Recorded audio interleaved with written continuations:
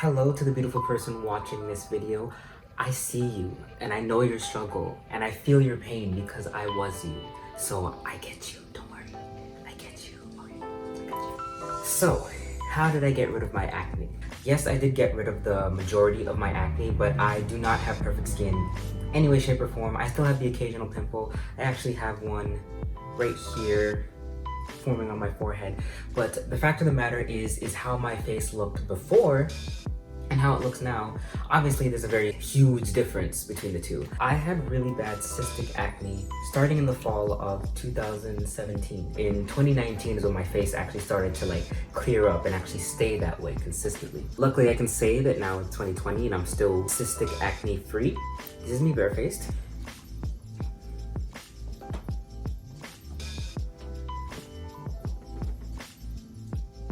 I remember when my cystic acne first flared up, I think I was using a charcoal face scrub and a random face moisturizer. I really didn't care because at the time, I didn't really have really bad acne. I was just washing my face whenever I felt like it, pretty much. When my face started to flare up was when I started to realize, okay, I need to change my tactic. I can't just do whatever and expect my face to get better. The first product that I started to use was something called benzoyl peroxide. It's like an acne treatment cream thing. The chemicals in there are really strong. I did my research online and people are saying that, if you have really bad cystic acne, then you need something strong to, counteract that.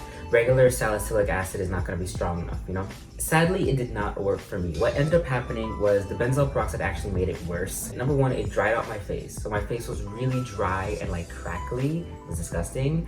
And then that dryness led to my face being really itchy, which led to me scratching it, which led to me causing tiny abrasions in my skin and then accidentally popping open pimples, and especially if my nails were dirty or stuff like that, would give me more pimples. It was a really bad cycle, and at the time I didn't know what facial moisturizer to use, so I think I was using lotion or something.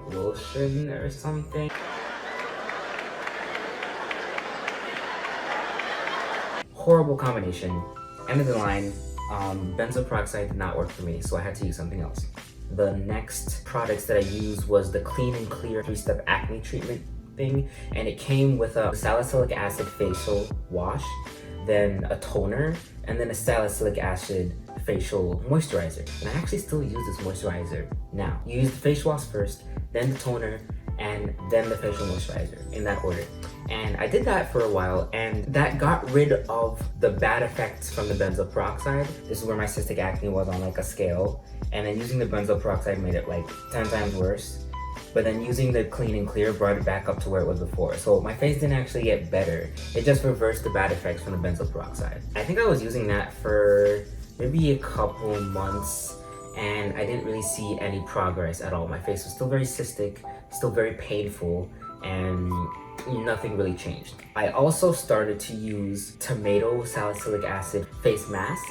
They didn't really do much. They helped with the smaller pimples on my face, but they didn't really do much for the larger cystic ones. I eventually started to use Curology. It's an online dermatologist where you can basically type in the symptoms that you're having, with your face, the type of skin you have, and then they'll send a doctor to you who will then prescribe a certain medication that has specific ingredients catered to your face or catered to whatever you're going through. I did that for I think 3 or 4 months, and that actually helped a lot. The Curology actually did a really good job, but I couldn't keep up with it because it was so expensive. It was either $20 for a month or $60 for 2 months. I'm sorry, but as a college student that didn't have a job, spending $60 or $30 every month on something like that was really expensive. So unfortunately, I had to stop. Didn't have the money to keep up with it. But the turning point for my acne was once I started using natural remedies such as jojoba oil, tea tree oil, homemade exfoliants like facial scrubs and things like that. I started experimenting more with charcoal. Another thing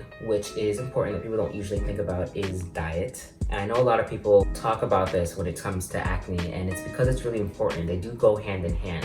I had gone vegetarian May of last year. I went through this really bad purge. The first month and 2 months after that, it was kind of bad. I also started to drink more water, and I started to try to take care of my body more. The turning point for my acne was the mixture of the natural remedies and going vegetarian and drinking more water.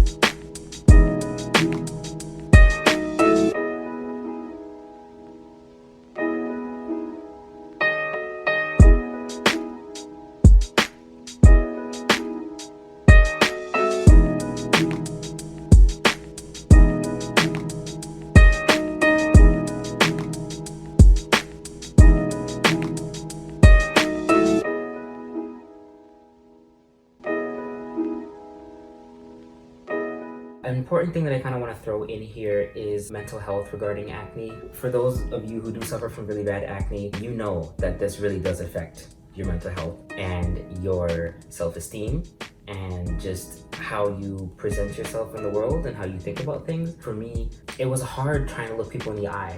The first thing that's in my mind is, oh my God, are they staring at my face? You know, are they looking at these gross pimples? I know I must look so disgusting. Like, how can they even talk to me? How do I even have friends? How do people even like me? It was a really bad time. I was feeling really kind of depressed. And it didn't help because I'm also in school, so stress from school and the stress from like self-confidence and stuff like that. It wasn't a good mix at all.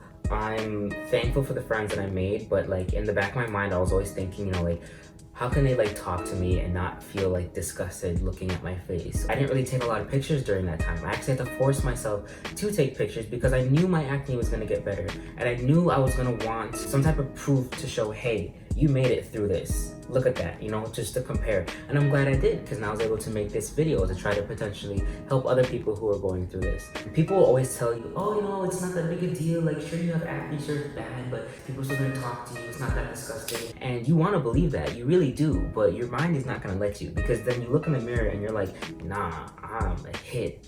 AF. What kind of got me through it was if I met another person who also had acne, my thoughts were, one, I understand you because I also have really bad acne, but two, I could see the person without the acne. And then three, it also just didn't bother me because it was just acne, you know? Everybody deals with it to some degree. It's not like this rare phenomenon that, you know, only the most monstrous of people could ever contract. Probably a lot of other people think the same way that I do. So when I'm talking to others, they're probably not looking at my face and thinking how grotesque I look. They're probably just seeing me as just a person who's suffering from dermatology issues, you know, or just a person. That's it, point blank. They don't really care about the acne, you know. I don't know if any of these remedies will help you. I hope that they will, I really do. After all, these things helped and worked for me, and my only wish is that I could somehow potentially help other people. Thank you for watching this video. I hope you learned something. I hope you liked it. And if you did, it would mean a lot if you could leave a comment or leave a like, you know, or subscribe if you want to see more. Bye.